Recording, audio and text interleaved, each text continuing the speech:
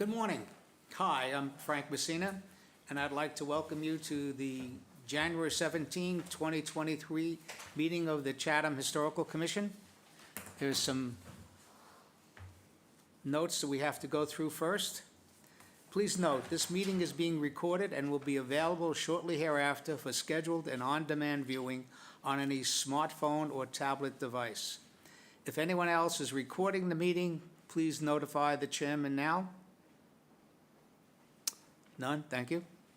Pursuant to Governor Baker's July 16, 2022 signing of the act relative to extending certain provisions, certain COVID-19 measures adopted during the state of emergency, including the extension of his March 12, 2020 order suspending certain provisions of the open meeting law, General Law 30A-20, until March 31st, 2023, this meeting of the Chatham Historical Commission is being conducted both in person and via remote participation, and shall afford adequate alternate means of public access via Microsoft Teams by calling the phone number 508-945-4410, conference ID 358-916-446, hashtag, or by joining the meeting online via Microsoft Teams through the link on the posted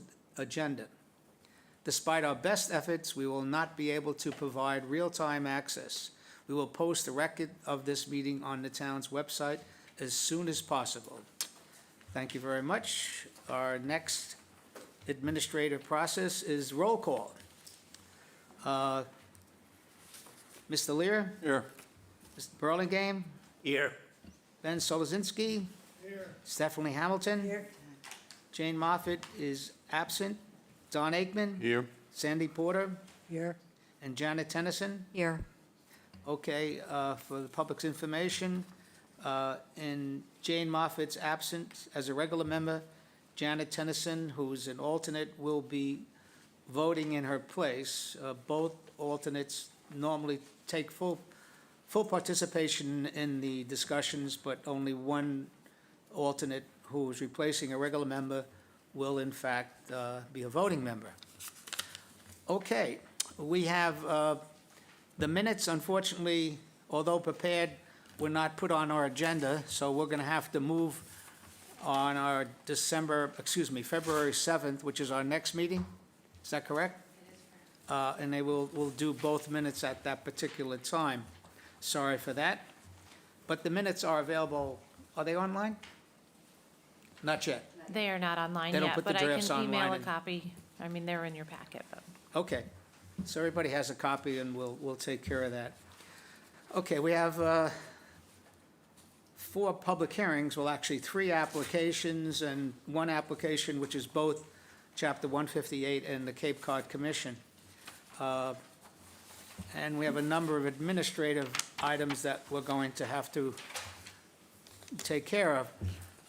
Before we start, I'd like to remind the members of the commission, which I did prior to the actual start, is, I'm going to try and follow our rules and regulations. Isn't that unique? Okay. We tend to be informal, at least in the 20-some years I've been here. It was a relatively, informal process, although we do formally make motions and determinations. But we had a couple of missteps recently where motions were made before we determined something was historically significant or not. So, in other words, there was a couple of missteps. And so what I'm going to do, refer everybody to the hearing rules and regulations, item 9, hearing procedures. I'm going to try and follow it. I'm sure I'm not, but we're going to give it a shot.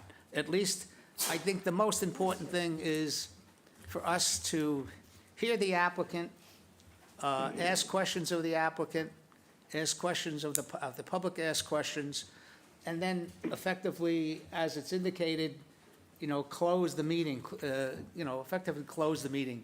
And then we will have our own deliberations and then motions. When we get motions before we've completed deliberations, things get confusing. And so I want to avoid that, or try to avoid that in the future. Okay, having said that, with that lecture,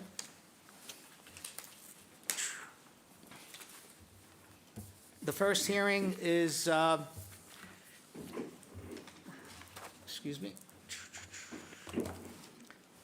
application 20023.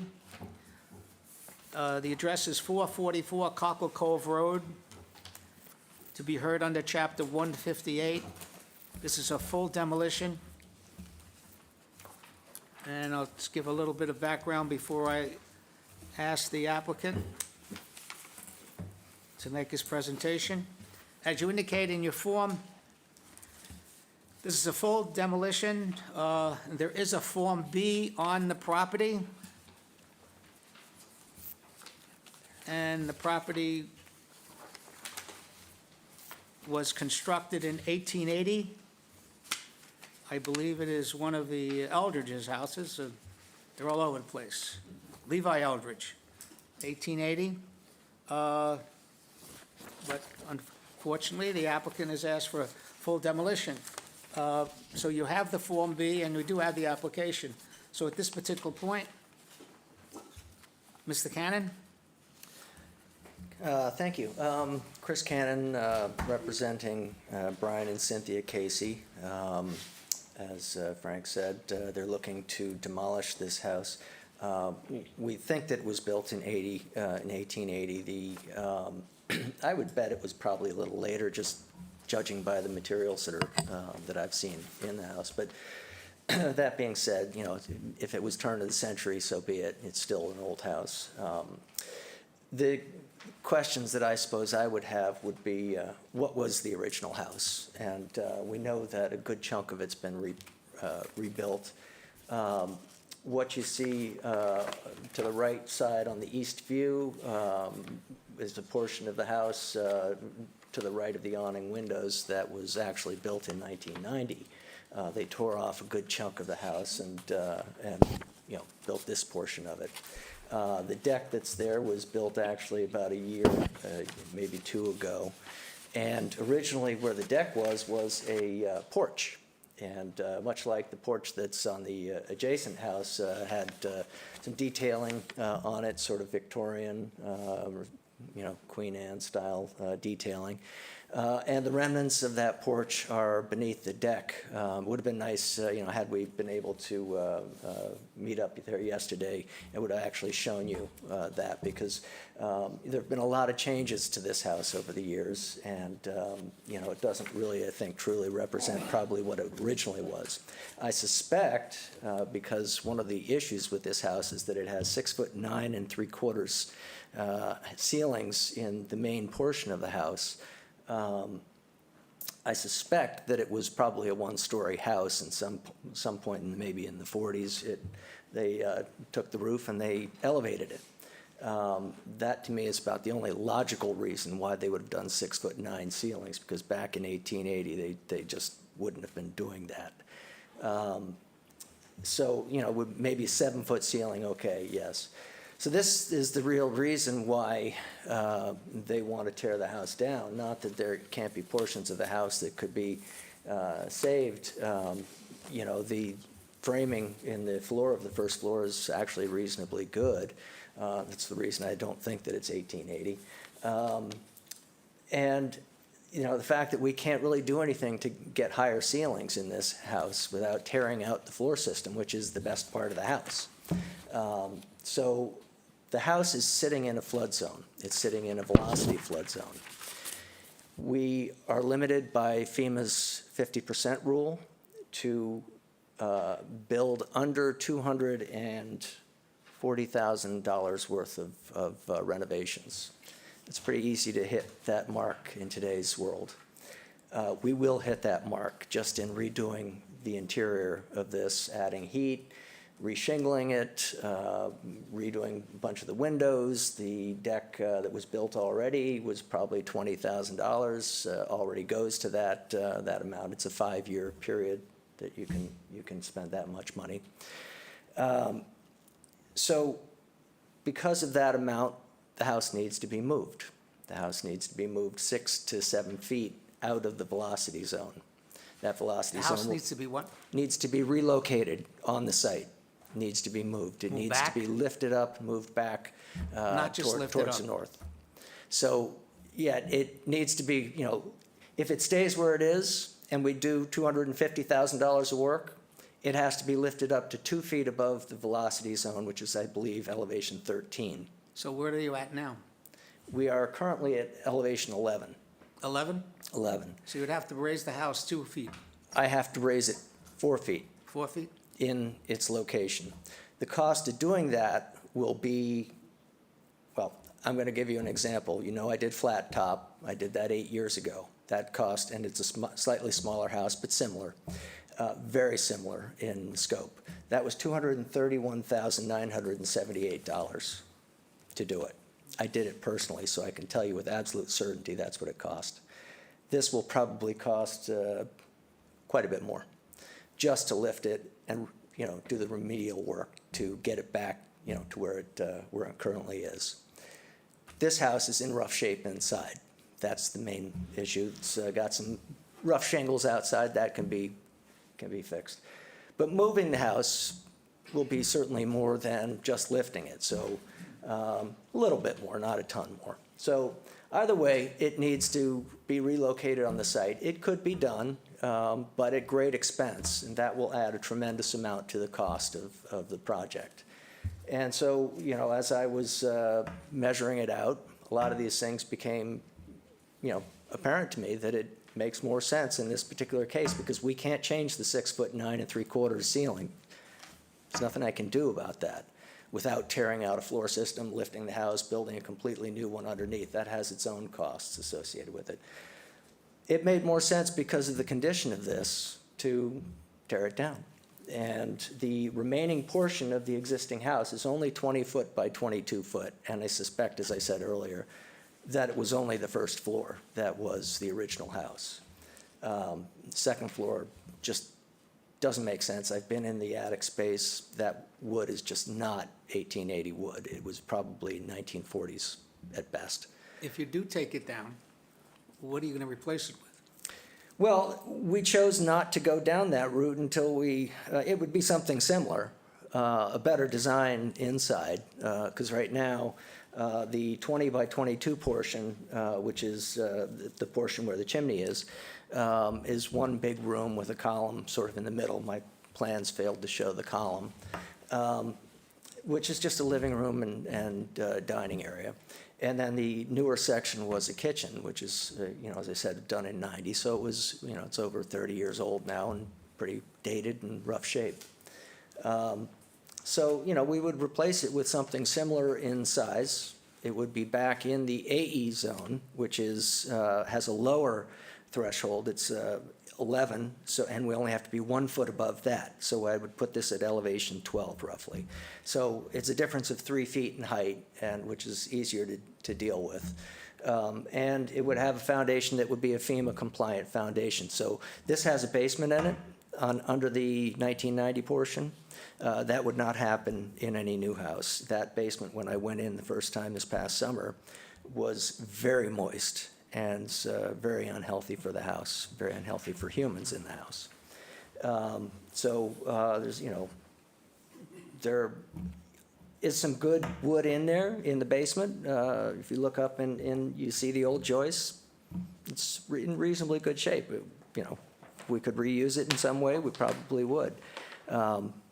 Beyond that, everything else is in pretty rough shape inside and just completely needs to be gutted out. So this is a cost thing Okay. here. Thank you. Well,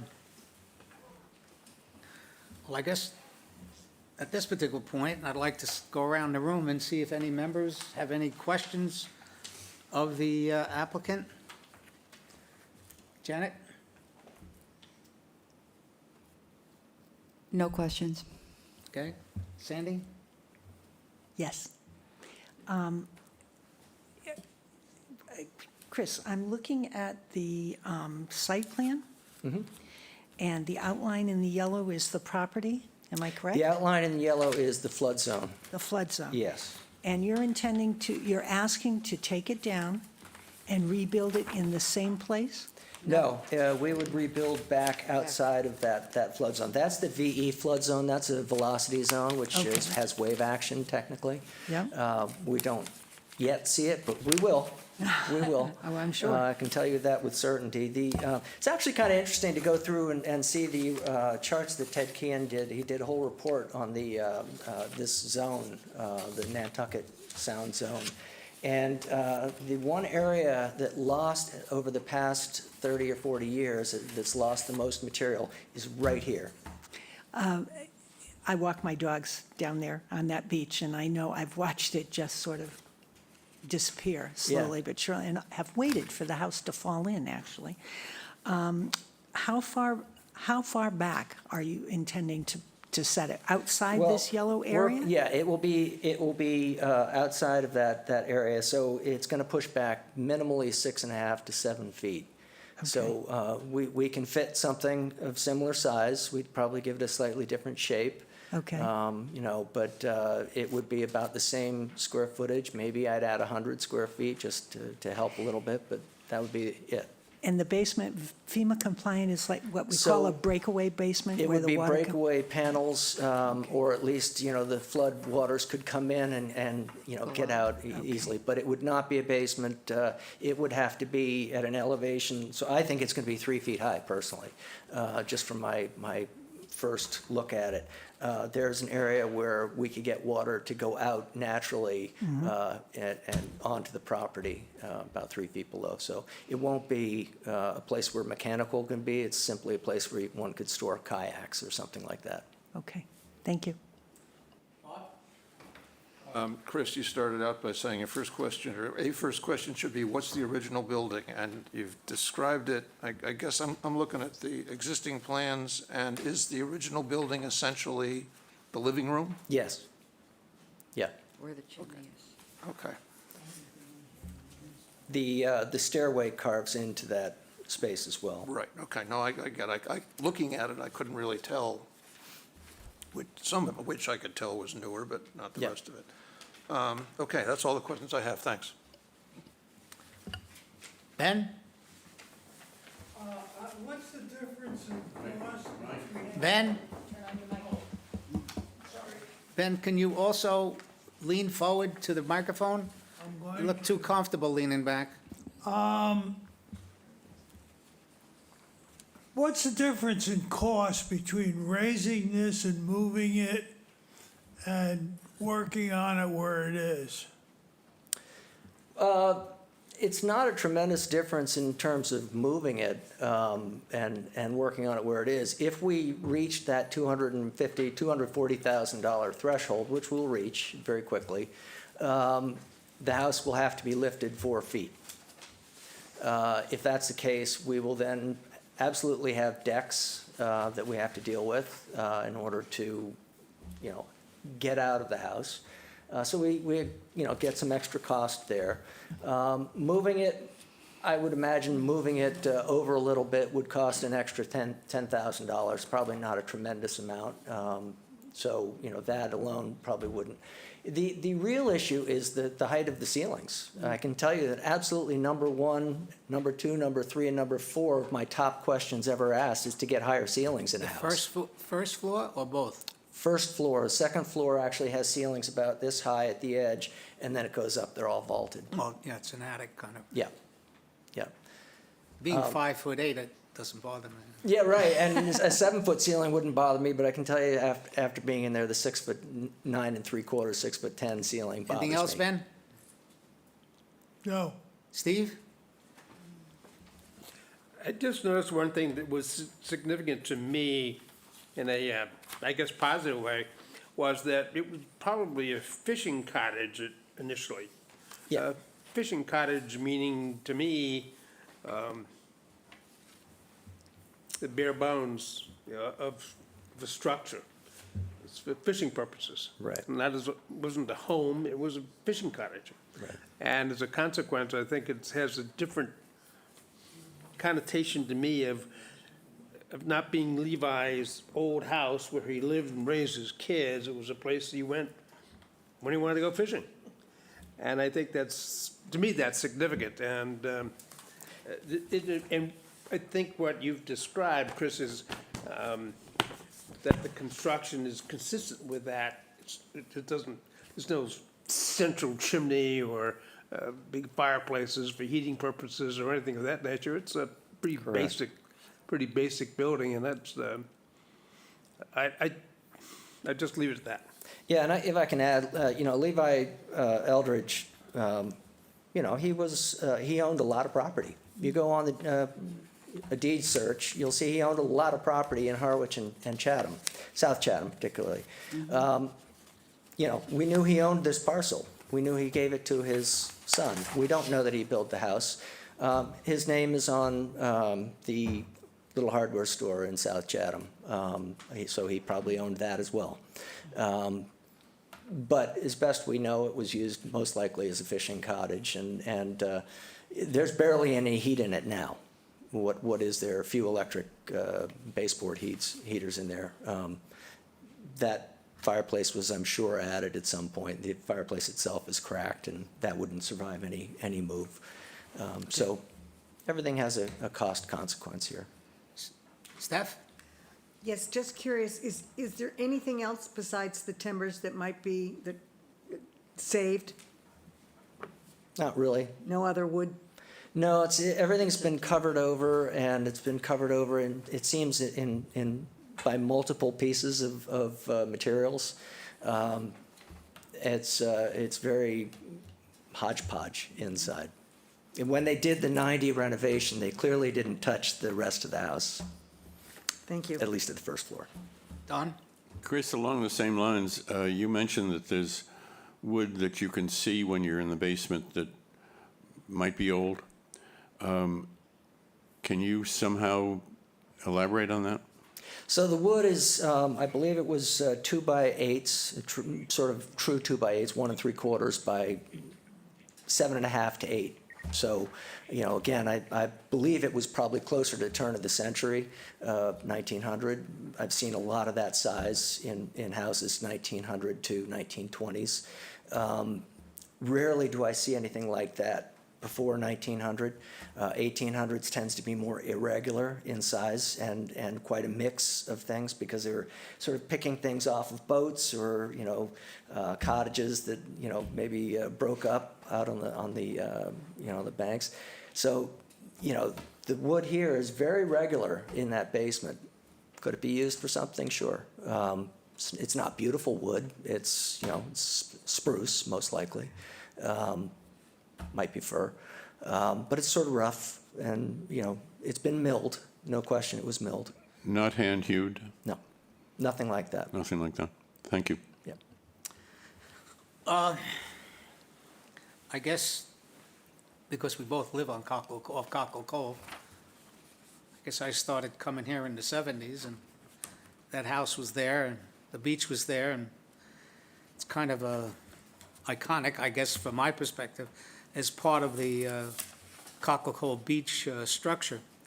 You're representing the current owner, Yes, the Casey?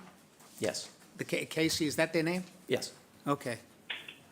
I guess they've had it for a couple of years. Yeah, they've had 2.5 Yeah. years. Well, I'm mixed emotions on it, quite candidly. I certainly understand, you know, the financial elements that you're speaking of, but to just allow an 1880 house, you know, well, I grant you, it was a cottage. You know, it certainly wasn't built originally for year-round living, and I think they just got gas about 10 years ago, where they connected up gas, if I remember. Before that, there was no gas, you know, and they heated it, I don't know how, I guess they had electric heat, Yeah, there's which is kind of electric. funny now, because now we're told we can't have gas, we have to go back to electric. You know, I guess I'm mixed on this thing. You know, I certainly understand what you're trying to do, and the owner's attempt, I assume it's not going to be a year-round house. That's a terrible place for a year-round house. Well, I think they want to use it more like It gets shut down now Yeah. at Yeah. Christmas or before. Has a Christmas tree in the All window, right, but it had that let's early. end that particular element of the hearing. Anybody in the public wish like to speak for or against the application? Anybody out there? There is an. I would like to, Yeah. hi, my name is Rebecca Fulcher. I am the administrator for Protect Our Past. Ellen can't be here right now, so I just have a couple questions and an offering. One, like Frank said, it is kind of an iconic home, seeing as it's been there since the 1880s, and it does have a Form B for it that does state that. So one thing I would like to see is maybe what is going to replace what is there. So the neighbors kind of know what is going to go there as well. I know a lot of people struggle with their view being obstructed. But also, I know that the house I saw was bought in July of 2020, and I know a lot of people want more modern homes. So my question is, if you wanted the higher ceilings in your home, why are you buying a historic older home that you one day would want to make a lot of changes on? And you said that there might be some historic pieces of wood. So what we can offer is have our, we've done it in the past where we've come and done a walkthrough with our historic preservationist. We can go through and tell you what exactly are the historic properties of the house, and also to help keep the integrity of the area. I think it's super awesome that it was originally a little fishing hut and that it's been standing in the same spot since 1880 with all the weather and the erosion. You know, this house clearly has been loved over the years, and yeah, I just think it would be really nice to see what the new owners would like to replace it with before, you know, making a final decision to tear it down. So that's something that we can offer, is coming through and letting the owners know what the historical significance of the building itself has to offer. And I hope that makes sense. Well, thank you very much, Rebecca. I appreciate your comments, and I appreciate your offer relative to, you know, having your preservationist assist Mr., you know, the applicant, if that's what the decision is. But one key thing, the Historical Commission, this commission, under our bylaw, Chapter 158, you know, this is not, we don't really have purview over what's replaced. We can't require the applicant to provide, you know, what are you doing? You know, many applicants do that, and the reason they do it is to make us feel more comfortable, so we don't impose a demolition delay. In other words, if we see that something that's going to be replacing the existing house, you know, is an homage, if you will, it's probably a wrong word, but it sounds good, you know, to the streetscape of, you know, what was there. So you're right, this is a bit of a dilemma for us, because we're talking about demolishing an 1880 house, and we have a foggiest idea what's going to happen to that site. May I speak? Hi, this is one of the owners. I'm sorry? Hi, I wanted to know if I could speak. I'm one of the owners of 444 Oh, Copper sure, Cove. absolutely. And your name, please? Hi. Yes, hi everyone. So my name is Cynthia Casey, you know, we are thrilled that Chris Cannon, our neighbor, is going to help us with this project. And I just wanted to address like a few concerns, and you know, I know this is a big decision for everyone, but I want you to know that my husband and my sons and I, we love Cockle Cove. We love Chatham. We have been vacationing there for years. For us to be able to buy this home was an absolute dream come true. And we originally did not want to knock it down, but it is, and I welcome Rebecca and anyone. Go in the house. I wish there was something worth saving, but I mean, we have put our heart and soul in trying to clean it and make it nice, and it is full of mildew and leaks, and we are just throwing more and more money on it. And, you know, believe me, I mean, if we could save it and make it a livable house and not a modern house, we are not going to put up a modern house. I don't want a modern house. I'm 5'3". We do not need 10-foot ceilings. It's not going to be a McMansion. That is not what we are about. We want to build, my guess is, and I'm not an architect or designer, we want a traditional Cape Cod house. You know, but also that we could maybe live in year round. And if it was a fishing cottage, well, you know, we'll be fishing people too. But, you know, we respect the beach. I mean, we have sons with disabilities, so sometimes just having a little bit wider door could help us out a bit. A little bit of height in the ceiling could just, you know, kind of make some functionality. But, you know, we're not talking, you know, I want a Cape Cod cottage.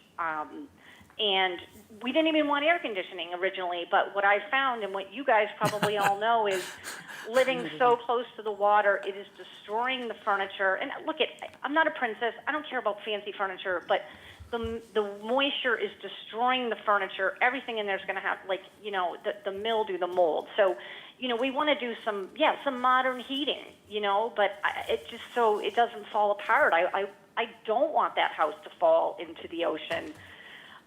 So Rebecca, please, anyone, the key's under the porch. You have at it. You find something in there for me to save, please, because I'm telling you, it is nothing but linoleum and you know, terrible cabinets that I've tried to duct tape. I mean, we replaced the windows, but you know, like we've done what we can.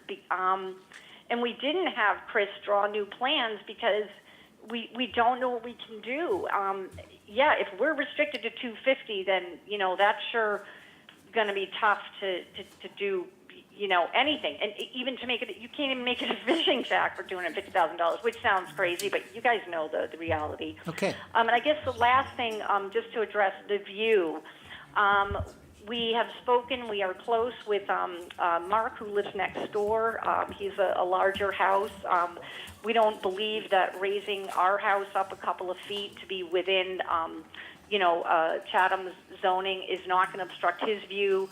I've been in touch with the family that owns the house behind us, that even though they haven't been down in a number of years because he's got health issues, they've got a very different view than we do.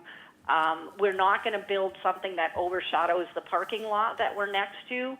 Other than that, you know, we're friendly. I also have a dog, so I know a lot of people in the neighborhood again, and, you know, we're going to want to hear it. Look at neighbors, come on down. I don't want to wreck anyone's view. I wouldn't want someone to wreck my view, but it's just not situated. Adding 2 or 3 feet or 4 or whatever, and I'm just throwing those numbers out because at the end of the day, we have to comply with all the rules, but you're not talking wrecking views. So, yeah, but anyways, thank you. For the Cynthia, time, I'm sorry, I'm just really that's okay. emotional about this. Rambling. Yeah. It's Cynthia, did I get it right? Yes, Well, sir, yes. Thank you very much. You know, very often, or more often than not, we don't get a chance to talk to the owners, and I appreciate your calling in. We get to speak to the architect, the designer, and unfortunately, sometimes mostly the attorneys. But you know, but I really do appreciate you calling in and giving us your personal views. And as I said, I'm your neighbor right up the street, just as Chris is. And so Yeah. you know, but I do appreciate that, you know, your comments, and I think it gave us a good understanding. So, Can I just add one? I'm sorry? If I can just add one minor Sure. detail. We're really limited on this site where we can push this house to or build Yeah. new. Very limited. As you'll notice in our site plan, we have a septic system that we don't have, as you well know, we don't have sewer yet. Maybe we'll get it 5, 10, 20 years. We have to honor that septic system. We have to pay attention to that. So we have very limited room to move this. We also have, we're conforming on our west side. It is not a non-conforming house. It's non-conforming on the So you're gonna have to go to parking lot zoning. side. So we do have to go to zoning. And so we can only push it so Yeah. much. So it Yeah, really will minimally and I impact agree with you, anybody Chris, else. there's no question. Personally, it just would have been nice to see something. Yeah, I agree. I agree. And so, all right, I think, again, thank you very much, Cynthia. I think we're going to close that. You're welcome. That portion of it. Questions from the public, and there is no correspondence? Okay. I would move that we close the public hearing. I'm sorry? I would move that we close the public hearing. Not yet, thank you. So we don't have any, Callers. we had no correspondence. I thought we did have something. Maybe it was a different, okay. no. Thank you very much. Okay, yes, at this particular point, the chair will close the public comment.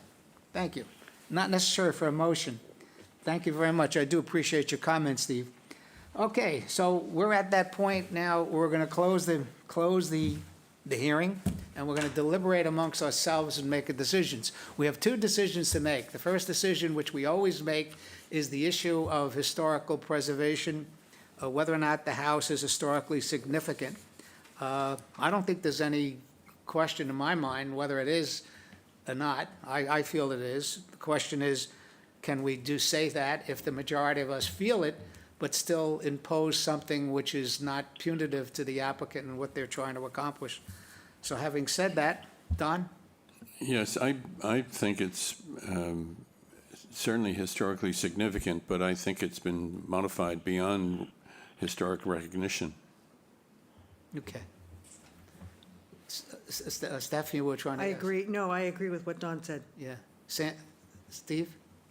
I think Don is absolutely right. I mean, we all have this inner feeling that, gee, it's an old house, wouldn't it be nice for it to continue to be there? But when I saw when I received the packet, I said, you got to be kidding, this house is old? I mean, it's got, we understand that it probably only had one floor, now it's got two. I don't believe the windows are 12 over 12 or anything of that nature. It looks like Well, it is the house. each of the 17 owners have put their own imprint on it. Yeah. And now it's beyond what it conceivably be something that's historically appropriate or important. All right, well, I think we seem to have a general consensus, hopefully. So, we could make a finding, we could say it's historically significant and still impose a very minor, demolition or no demolition delay, It's not required, so I leave it to you guys. Is anybody, Mr. Vice Chair, would you move for motion? Well, let me just make a comment first. Sure. I think that I would certainly be more inclined, although it's not exactly rational, to say this is historically significant if it were someplace else and could survive without the major modifications that Mr. Cannon has given us. I mean, it's not going to last there the way it is. It would be sort of silly to say it's historically significant and then watch it go in the next 5 years. So let's be realistic about it. So yes, I'm in favor of it's lost its historical significance determination. So, you want me to make a motion to that Yeah, effect? go ahead. All right. Gotta get the right sheet of paper. I move the Chatham Historical Commission find that the building located at 444 Cockle Cove Road is not historically significant because it does not meet any of the definitional criteria in section 158-2 A, B, or C of the bylaw. Therefore, the commission does not impose a demolition delay. You have a second? Second? Okay. Any other discussion? Okay, Yeah, we're going to do, I wanted to. I'm sorry, ask, yes, sir? He was getting ready to touch on it. I'm sorry, I couldn't hear you, Ben. I said, he was getting ready to touch on it.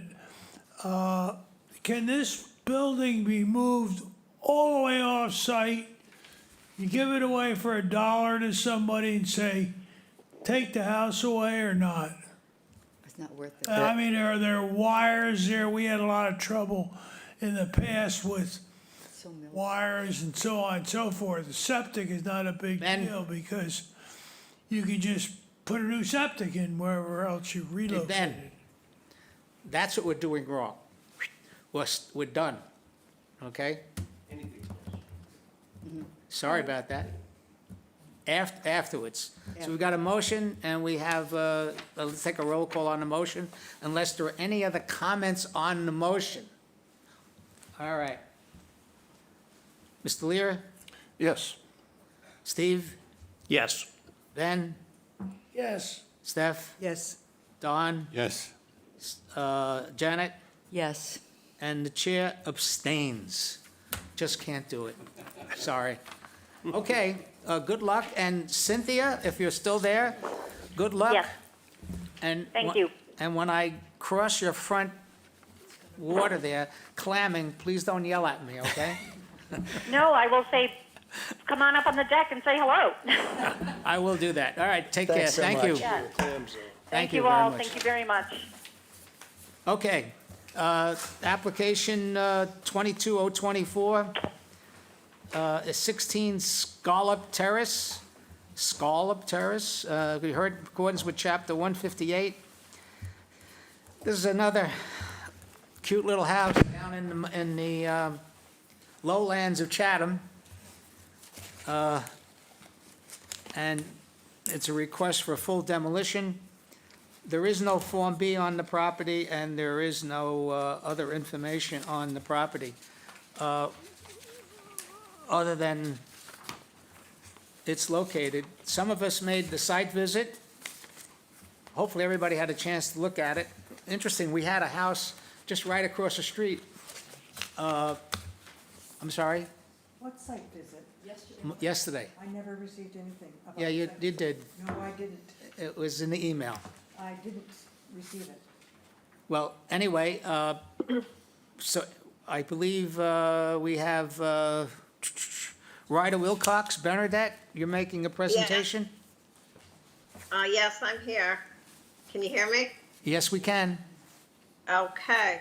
So the house located at 16 Scallop Terrace is currently in the flood zone, and the owner, Susan Hamill, would like to raise it, unfortunately, take it down and build something more with keeping in the neighborhood that the other people have already done, especially, the people right next door. The house was built in 1947, so it's just 75 years old. And it's currently has no foundation, and it's mouse infested, and it has no insulation. So it's currently just used as a summer cottage for her family. And because it's in the flood zone, they just want to take it down and rebuild something that's more in keeping with what everybody else on the street has already done. So I've put pictures there that of what's there for people who didn't make it to the site visit because it was kind of nasty weather yesterday. And in our opinion, the builders and myself, there's really nothing of historic significance. Thank you. No, I would take issue with one thing you said, Bernadette. Not all the homes on that street are being torn down and razed. In fact, the house right across the street, we just heard, and he's going to just leave it right where it is. It is the flood zone, and you know what? In the next 20 years, there probably will be no Little Beach area. It's all going to be gone. So we'll see what happens. Right. But I agree with you in terms of its historical significance. I don't think there's any argument there.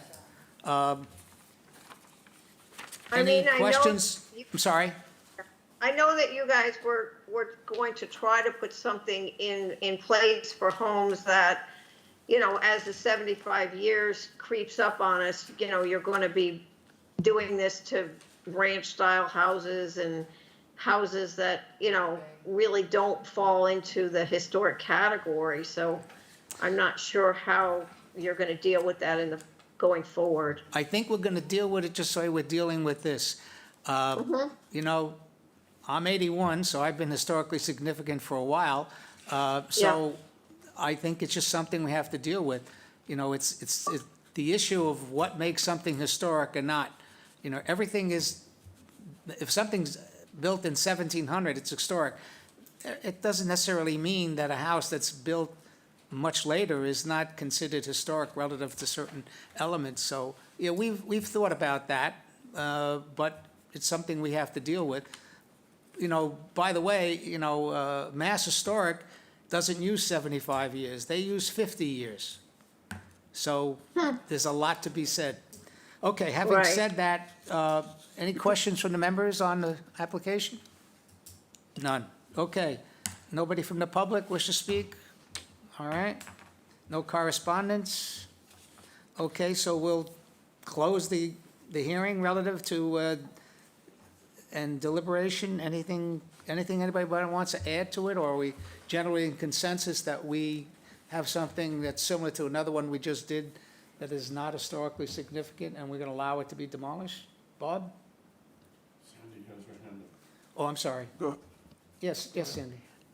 I just have a quick question. This is going to go right back in the same spot. It's just going to be tall. Yeah. Yes. Exactly the same footprint, same square I- footage, the way it's figured. It's exactly the same square footage, and what I did was I left the same square footage, but I changed just a couple of the dimensions so that they were even numbers, but it's really pretty much the same. Yeah, that's to meet the flood zone issue relative to getting it above. With a breakaway basement, Bernadette? Yes, Okay. yes, it have the flood vents in the basement. Okay, thanks. All right, yeah, yes, Steve. I certainly would support this, but at the same time, I want to add that I feel badly that we lost control of that neighborhood. Oh, yeah. We did it years ago, probably, when we first allowed the first two-story house to be built, the first cottage to be demolished and changed. I mean, when you say 50 years, 75 years, there are some things that, like the Horn cottages, to me, are I agree. historic. They're a historic part of Chatham, and without any question. We've set precedent, I think, unfortunately, that now says, okay, make it into Main Street. Whatever you want to do, make it 2 or You know, 3 that- stories. But I'm sorry that we've lost the character of the Horn Cottage neighborhood. I think we have, and there's no question about it, but I believe this is different. I mean, I'll be honest with you, there are many other cottage communities in Chatham that I think we should be taking an action to try to preserve them, and they may be just 75. But in this case, in that whole area, unfortunately, because of the flood zone, we're limited. We can't deny them, the right to lift the houses. And as I said before, I'm not necessarily environmentalist, but guess what? Maybe in our lifetime, that area is just not going to exist. Yeah, as I said, I'd support the application, to be sure. But I just wanted to add that I feel badly that we've lost control of Absolutely. that neighborhood. Yeah. Okay. Mr. Vice Chair? Just, I think, relative or comparative to the application we saw a few weeks ago, where they want to basically maintain the house there, that what we were discussing is whether it is historically significant in its architectural value, et cetera, not maybe in and of itself, but in conjunction with a group of buildings or structures. But those other buildings and structures are gone. Are So gone, we've lost yes. our We definition, so. We that's- missed the boat. But there is just, I noticed when I went down to Cockle Cove, there's one of the ye olde cottage colonies down off through the woods there too. And that Absolutely. could happen there. I don't know. Well, the only good thing that's happened with all those cottage colonies, they're all condo now. Well, And yes, they're individually owned, thank God. yes, as the one across from Max on White Pond too. Yeah. Same thing. All right. You're waiting for a motion. Yes, sir. Okay. I move that the Chatham Historical Commission find that the building located at 16 Scallop Terrace is not historically significant because it does not meet any of the definitional criteria in section 158-2, A, B, or C of the bylaw. Therefore, the commission does not impose a demolition delay. Do we have a second? I'll second. Second by Steph. No other further questions, comments? Roll call. Mr. Lear? Yes. Steve? Yes. Ben? Yes. Steph? Yes. Don? Yes. Janet? Yes. Chair votes yes. Thank you very much. Nice to see you. Thank you. Okay. Last but not least, deja vu all over again. 22025, 75 Main Street, to be heard in accordance with Chapter 158, our demolition delay bylaw.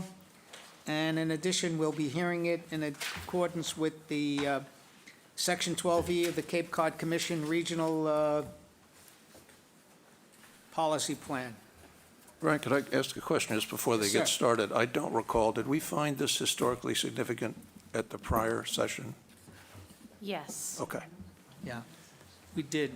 And just for information of the members of the board and the public, this application did come before us a number of months ago, and the commission referred it to the Cape Cod Commission. The applicant excuse me? Well, he withdrew the application from consideration, and then the Cape Cod Commission agreed with the withdrawal, and then the applicant now has revised the. In addition to that, the applicant did also have a conversation with Sarah Korjeff of the Cape Cod Commission, and you, in addition to the application, you should have a copy of the correspondence. I'm sorry. Jeffrey, yes? Yes, good morning. Good morning, Attorney Jeff Ford here together with Peter Polimas, representing the owner applicant, Sandy Bliss LLC. As indicated for the record, this is 75 Main Street. This is a property which consists of 3 buildings. They're condominiumized, and the applicant owner owns unit number 2, which is the main dwelling on the property, which I'm sure you remember from the last time. So we filed, again, for a partial demolition and for an alteration of a historic structure located in a National Registered District. The last time we were in, as you just mentioned, this was found to be a substantial alteration based on the design plans. Since then, we've come back, and I see you've got the plans up here, and made some changes to try and address some of the concerns and questions that the commission had last time out. Mike in our office was here along with Peter at that one, but I know some of the big concerns were the massing of the addition and the height in the garage. So it might make sense to have Peter walk you through those changes now. I'm sure you've seen them, but I can have him walk you through. Thank you very much. Hi, for the record, Peter Polhemus, PSD Architects and Builders. Would it be possible to go to the east building elevation, please? Okay, these are existing. If you could go to the proposed.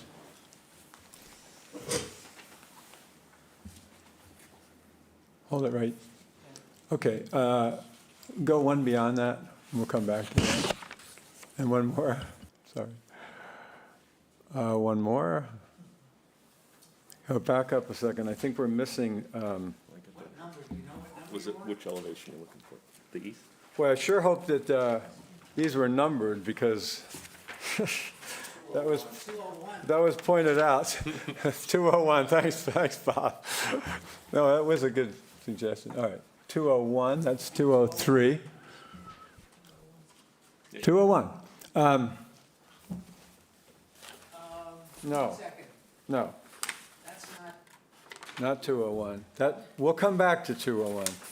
If we could go, please, to, sorry about that, guys. What the heck? Do we have 2 different sets here? Yes.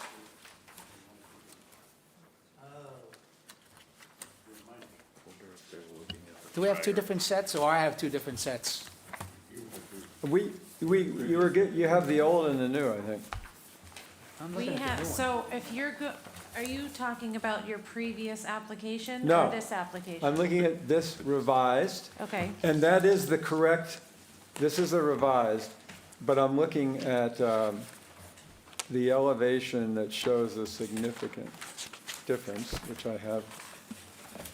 All right.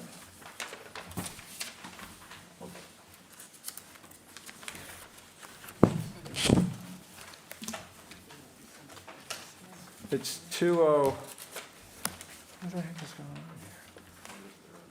here?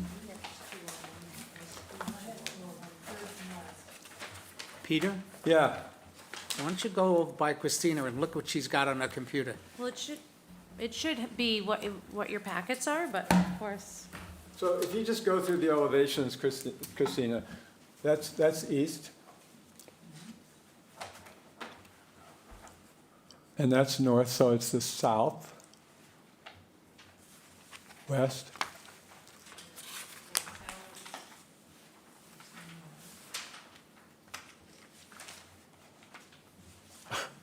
So you don't have the south.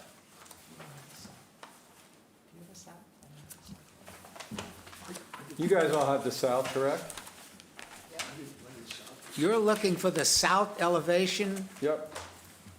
Peter, that's the one that didn't change, though, right? That didn't change. Hold on. I'm sorry. EX 200 is the south or front of the building. Yeah, you're correct. SD 200 is the south elevation. No, you're correct. The south did not change. Where is it? I just had it here. Okay, my apologies. It is 201, the east elevation. That's going to show. Okay, so if we look here, you can see that the elevations to the south, both the height was reduced significantly. Previously, that elevation came in at the same height as the existing house, and that's been reduced. In addition to that, the garage is now basically a shed roof coming off, so that entire elevation was reduced in mass and in height. And that's really the primary difference here. So if there's any questions, I can answer them. The footprint hasn't changed. There is one thing I did want to point out, and that is, in the original from last time, there's a difference between the footprint, the square footage. It's not significant. It's like 10 or 12 square feet. Can you say that again? I didn't There get is a that. difference in what we originally submitted as the existing footprint in terms of square feet last time and this time. And in the revised, it's about 12 square feet more. And the reason is our original calculations were based on our measurements. This is based on the engineer's certified site plan. So I just want to point that out if there's any questions about that. Okay. Again, it's not significant. Was that Sarah's comment too? I think she mentioned that, yeah. Yeah. Okay. So that's basically it, and I think what we were trying to do is respond to the concerns of the massing and to bring it down. So, any questions, go ahead and answer. Okay, so we did make a number of changes, lowering the ridge height and the shed roof on the, that's a garage on the end? Yeah. All right. Any questions? Yes, Steph? Thank you, sir. It looks to me like the new addition is going to be higher than the house that we have there now. Is that correct? No.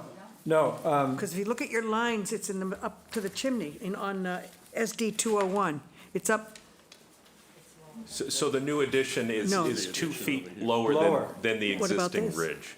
So that line is just, that line showing the measurement from the new ridge to where the existing is. Got it, Steph? thank you. The prior filing, they lined up, and this one, they've dropped it 2 feet. Okay. Okay. All right. Any other comments or questions? I hate that. Frank, could I just make a comment? Yes, go ahead. When I had started to question Mr. Polhemus at the last hearing, that was sort of what I was getting to in terms of the mass there, and they have certainly addressed those concerns. I was curious when looking at it if you'd done a calculation of the difference of that existing proposed mass versus, or your original proposed mass versus the new proposed mass of it. It's Yeah, a mix of triangles and things. So Right, no, we did not actually, we didn't look at at what the actual three-dimensional, basically footage would be. We did not. Okay. Yeah. But it looks like it's certainly significant, if not almost substantial. So anyway, I approve of this, of your changes. So. Thank you. Good. All right, any other question from the members? Yes. Peter, how are you going to plan to do this? Are the neighbors saying, because trying to find this house was sort of like a treasure hunt. How about the neighbors with the construction? How are you going to work around that? Well, we have to go to Zoning? zoning board of appeals, so. That's really a zoning Yeah. question. Oh, is Yeah, it a zoning? that's the Okay. next I step. just wondered if They Yeah. set, they were going to put, or they we. set the restrictions. That's the next Oh, all right. step. That's the restriction. Okay, thank you. You know, quite honestly, I was surprised. I didn't realize the land was condo. Yeah. That's you- how they you got wouldn't around know. it, being in everybody's backyard. Yeah, Yeah. Does the fact that the land is condo, did that affect the zoning regulations? And the old one. Well, it's condoed, so they still have to go through the same process. Same It's process? just, you've got 3 dwellings on the lot. So that's Yeah. what I meant. There's 3 dwellings on one lot. Yep, but they're all existing, so it's okay. But you can't do Yep. that today. No, not today, but they're allowed at this point, and they're all condoed and individually owned, so. You so think there's you're 3 gonna have any separate problems owners. in zoning? I don't think so, no. I think they've got some pretty good support of everybody at this point, and they've got to go through and, Yeah, I guess if the neighbors are not giving you a hard time, it's, Yeah. all right. Any questions from the public? Anybody out there want to say something? Okay, we'll move on. There's no correspondence and no rebuttal. So we'll move to technically the rebuttal and, not the rebuttal, the deliberation. Any other comments, or we'll go right to a motion? I think we've got a consensus. Good. Close the hearing. Yes, we'll close the hearing, and I'll ask Mr. Vice Chair to give me a motion. Frank, just to clarify, since this is this is a new application, so we do need to start with the same Yes. historical significance, okay. I move that under Chapter 158, I move that Chatham Historical Commission finds that the building located at 75 Main Street is historically significant because it is in whole or in part 75 years old or more. It's listed on a national register, and it's located in that historic district, and it possesses architectural value of significance in terms of period, style, and that's it. I'll second that. Second by Don. Any other comments or question? Okay, that's right. I cleaned my area and I lost my roll call. Roll call. Mr. Lear. Yes. Steve? Yes. Ben? Yes. Steph? Yes, Don? Yes. Janet? Yes. The chair votes yes. Thank you very much. you Appreciate very your much. cooperation. Thank you. And, It's not done. I know. Okay. Go. One more. That's right. Yeah, we've got to go through the second. Chatham Historical Commission also finds that the proposed work to be done dated December 1st, 2022 will not materially diminish the historic significance of the building, and therefore the commission does not impose a demolition delay. Second? Second. Second by Janet. She beat you, Steve. Okay. Any other comments, questions? Roll call. Bob? Yes. Steve? Yes. Ben? Steph? yes. Don? Yes. Janet? Yes. And the chair votes yes. All right, so we did all 3? No. One more. With regard to the Cape Cod Commission jurisdiction, I move the Cape Cod Historical Commission confirms that the home dwelling located at 75 Main Street is a contributing structure in the National Register Historic District. I will second that. Second. Any other comments? Roll call. Bob? Yes.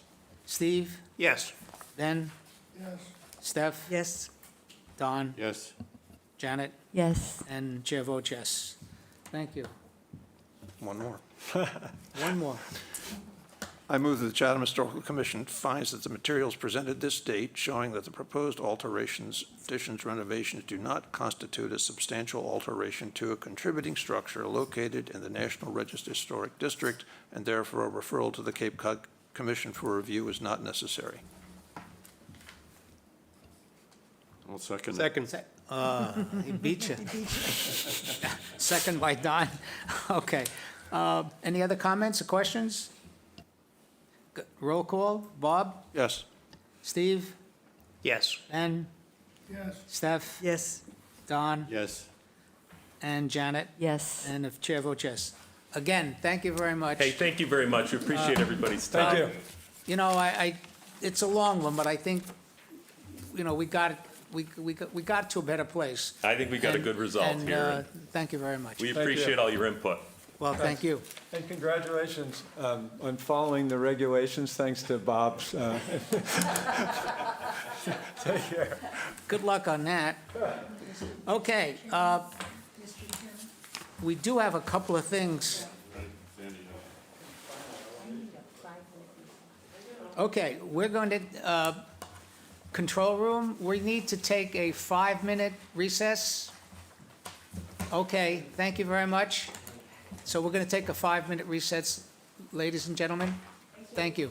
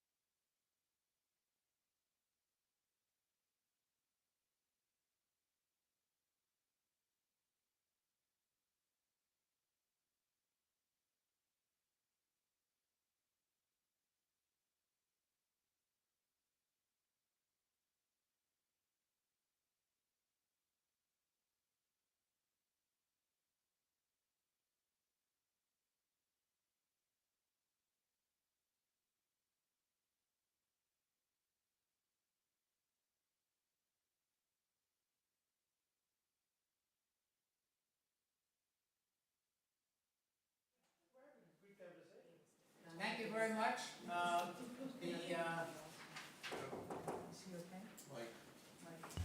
Thank you very much. The January 17, 2023 meeting of the Chatham Historical Commission is reconvening after a brief recess.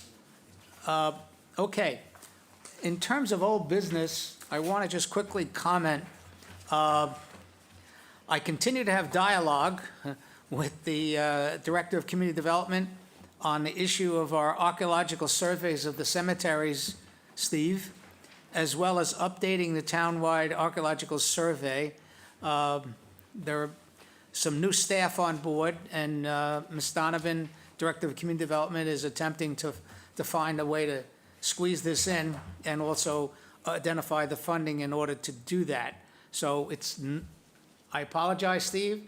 It's like taking forever, but damn it, I hope we get it done.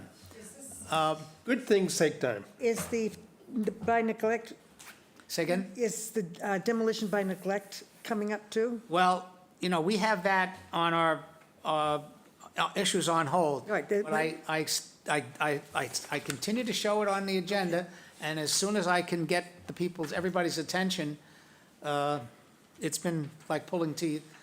But, you know, they did hire somebody a couple of weeks, he left, they have somebody new, and they're just bringing her on board, so we need some help. And hopefully we'll get to that in the not-too-distant future. Relative to the preliminary review of the Marconi district, which I discussed last time, I did have a conversation, continued conversation with Ms. Donovan, and she's going to look into it from a perspective of, you know, how the town feels about us taking that action. I also, you know, I'll share it with you, just received a estimate from Eric Dre, our consultant, of what it would take. You know, very simply, all I want to do is ask the question. You know, we're not saying yes, we're not saying no. And Mass Historic will say, no, don't worry, it's not historic, don't worry about it. Or they might say, yes, it could be, and now you have to go through the process. And that's a big deal. We know how big deal that was with South Chatham. So it's just beginning the process. And, you know, and I think the fact that the Marconi RCA, Chatham Marconi Maritime people feel so strongly about it that I at least want to give it a cursory look. Yes, Steve. Oh, yes, Ben. Does the museum draw a lot of tourists Oh, yeah. so that when you pitch this is want to be our primary thing? We want to update it, Yes. show it, excuse me, in historical perspective, and hopefully get more paying customers. Yeah, I think you're absolutely right. I mean, the Marconi, you know, for the last 25 years since we've been in existence, the museum, you know, we're talking 5,000-6,000 people a year, you know, so it's a big deal. So we'll see. All right. Okay, nothing, just as something that I'm working on. We have no change in the status of demolition delays, but I would like you to print out, like I said, wherever we are. If we have any delays in process, I'd like to have a copy of that. Sure, I'll double check. I don't think we do, but I will double check. That would be great if that's the case. All right, we do have an actual piece of work to do here. We have another administrative review that I asked the co-chair and Mr. Aikman, who had to leave for a doctor's appointment, to look at. So this is 85 Seaview Street, and I need a motion. You know, just a bit of background for the public knows what we're doing. 85 Seaview Street, they're looking for some trim changes, basically on the gables and around the porch. And they want to replace 2 doors that are facing the street, which are currently fiberglass, with wooden doors of the exact same design. So both Don and I looked at it, and we both believe that it is appropriate for administrative review, and we request that the commission ratify our determination that it can be handled as an administrative review matter and not require the applicant to file a full application. Okay, can I get a second on that? Thank you. Second by Steve. Mr. Chairman, Yes, ma'am. am I voting now? Can I vote now? Yeah, thank you very much. Thank you. I guess we will note that the second member has left us for another doctor's appointment.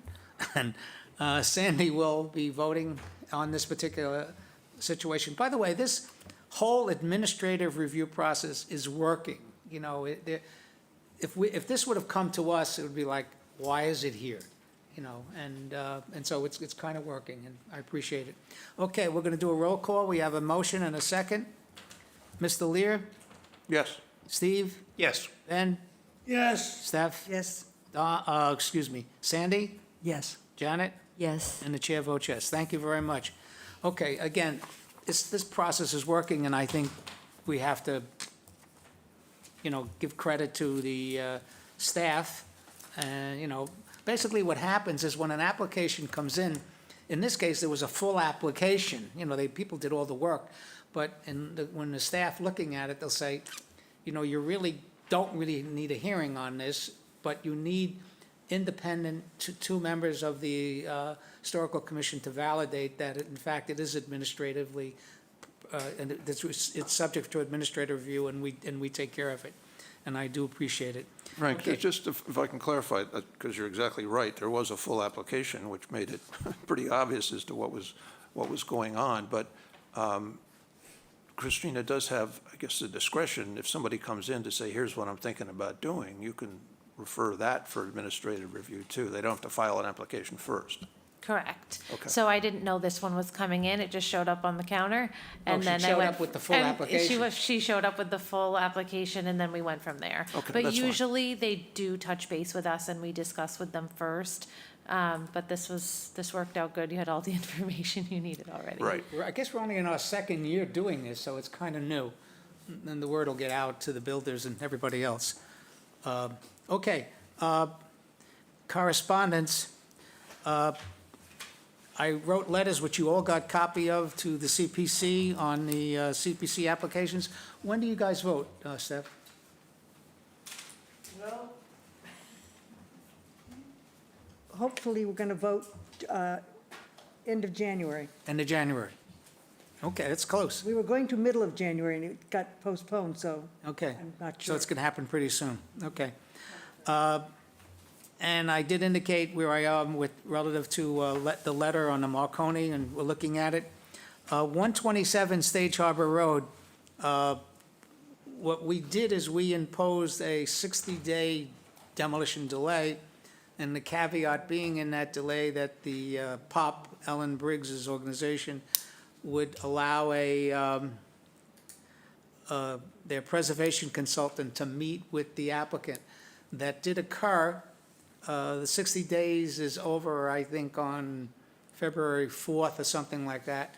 So we're going to put on our agenda on February 7th, and the applicant has agreed for him to come back, and we're going to discuss the results of that. It's possible we're going to be able to identify things that could be saved, but I don't think we're at the point where, you know, the house is going to be saved. So, but that's, you know, neither here nor there. We'll talk about it on the 7th. Yes, It was, my understanding was that the matter was to be referred to this consultant with the idea that he would prepare a report. yes, we haven't gotten it yet. We have not seen that report, have we? No. And the report will probably be given to us verbally also on the 7th. But I'll get it, I'll make sure everybody has it before the meeting. Very Okay? well. Steph, was that your comment? No, I was just a little concerned with the letter that came, because it made it sound to me as if Ellen was saying these results, and not as specialist was. Oh, that wasn't the, It says I can't see. I just had cataract surgery and I can't see this. oh, goodness, don't worry about it. I understand what you're saying. I don't consider this the official report, but we'll get Okay, to one. okay, not official report, that's, Okay, good. All right. I think that's it. And as was issued, we'll comment by Stephanie before there are a number of issues on hold, okay? And the primary thing is demolition by neglect which we will address once things settle down here. Okay, I think that's it. Unless somebody has something else they'd like to discuss. Yes, sir. Before we adjourn, I do think that the whole Marconi project is something that's just developed on its own and moving quickly or substantially at least, which I take issue with. It's not something that we initiated at all. I can tell you, the commission and the public, that I have no particular interest in pursuing this any further. I'm sorry, you what? I have no particular interest in pursuing this any further.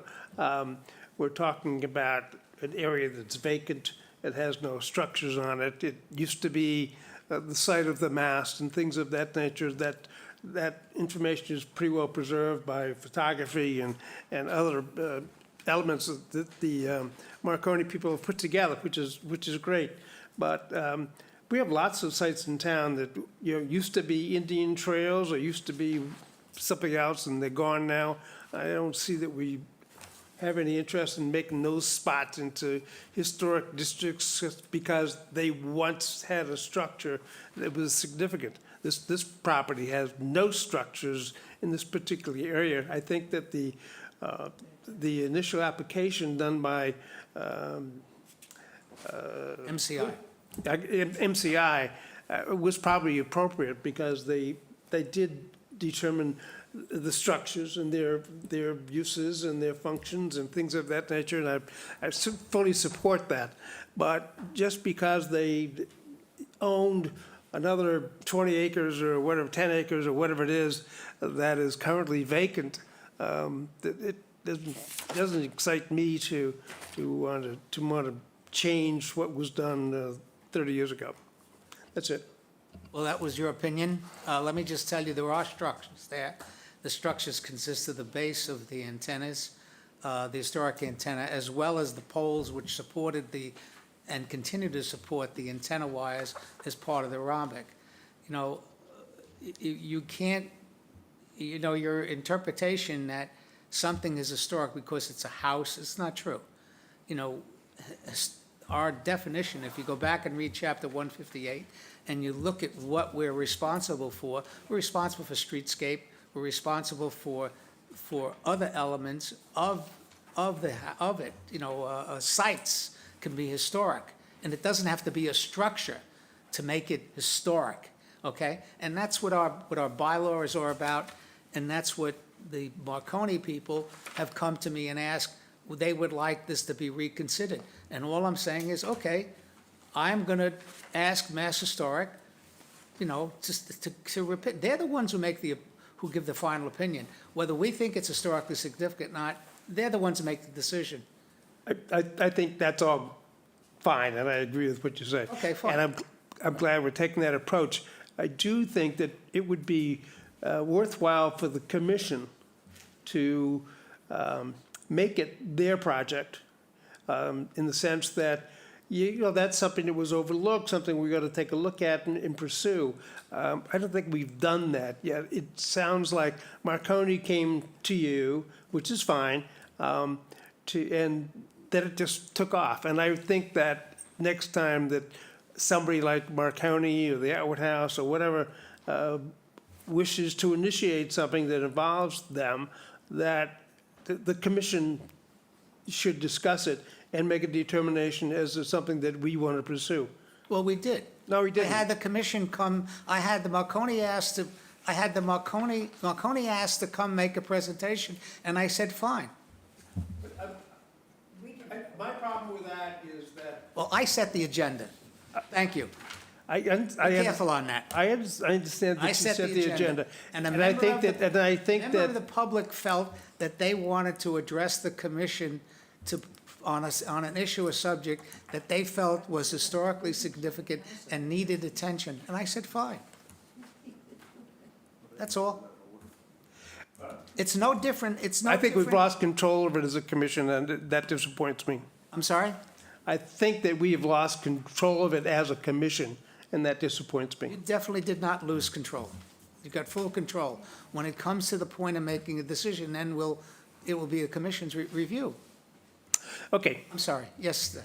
I just wanted to add that I was very surprised when it came up. Again, an email could have gone out and I didn't get it, but it came in and all of a sudden we were discussing MCI. Yeah. And, well, again, I probably didn't get it. But, I mean, we didn't have any lead up to it to read about. I was learning things from them, but I wish I'd known it was all coming. It was on the agenda. And I said to, when I read it on the agenda, I said, what does that mean? Well, that's why I asked him to come to explain what it meant. How else are we going to do it? Usually we have something in writing that comes to us. And if something, I hear you. Frank? All right. Frank? Sounds like you need a new chairman. Okay. At this particular point, Frank, I just have a quick question Yes, ma'am. about this. In the back preliminary review on the I'm back sorry, side. can't hear. It's in the agenda on the second page, preliminary review for possible update in relation to be updated. Are we actually going to get that updated archaeological review? Which one is that? That's what he's looking into. That's what he's looking into, Okay, that's what we're talking about looking into. You're looking into that. whether or not it's the thing to do with Marconi. You're talking about the MCR letter on Marconi, yes. That's No, I'm looking at the agenda on the back preliminary review Old business. under old business. Are you looking at this? Yes, Old business. yes. That he's looking into. You're looking Review into for that. possible Marconi update in relation to the archaeological, yeah, that was left over from, that's what we did last time. Okay, And I just continue to carry it because we haven't had a decision yet. okay. Thank you. Okay, at this particular point, unless somebody wants to continue talking, I move we adjourn. second, second, any other comments? Bob, Yes. Steve, yes. Ben? Yes. Steph? yes. Sandy? Yes. Janet? Yes. And the chair votes yes. Thank you. Thank you. 12 o'clock. Thank you very much.